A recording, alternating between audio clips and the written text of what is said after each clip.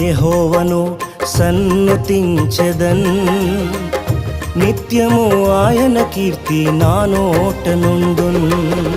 అంతా నా మేలుకే ఆరాధన యేసుకే, అంతా నా మంచికే. తన చిత్తమునకు తల వంచితే, తన చిత్తమునకు తల వంచితే ఆరాధన ఆపను, స్తుతించుట మానను.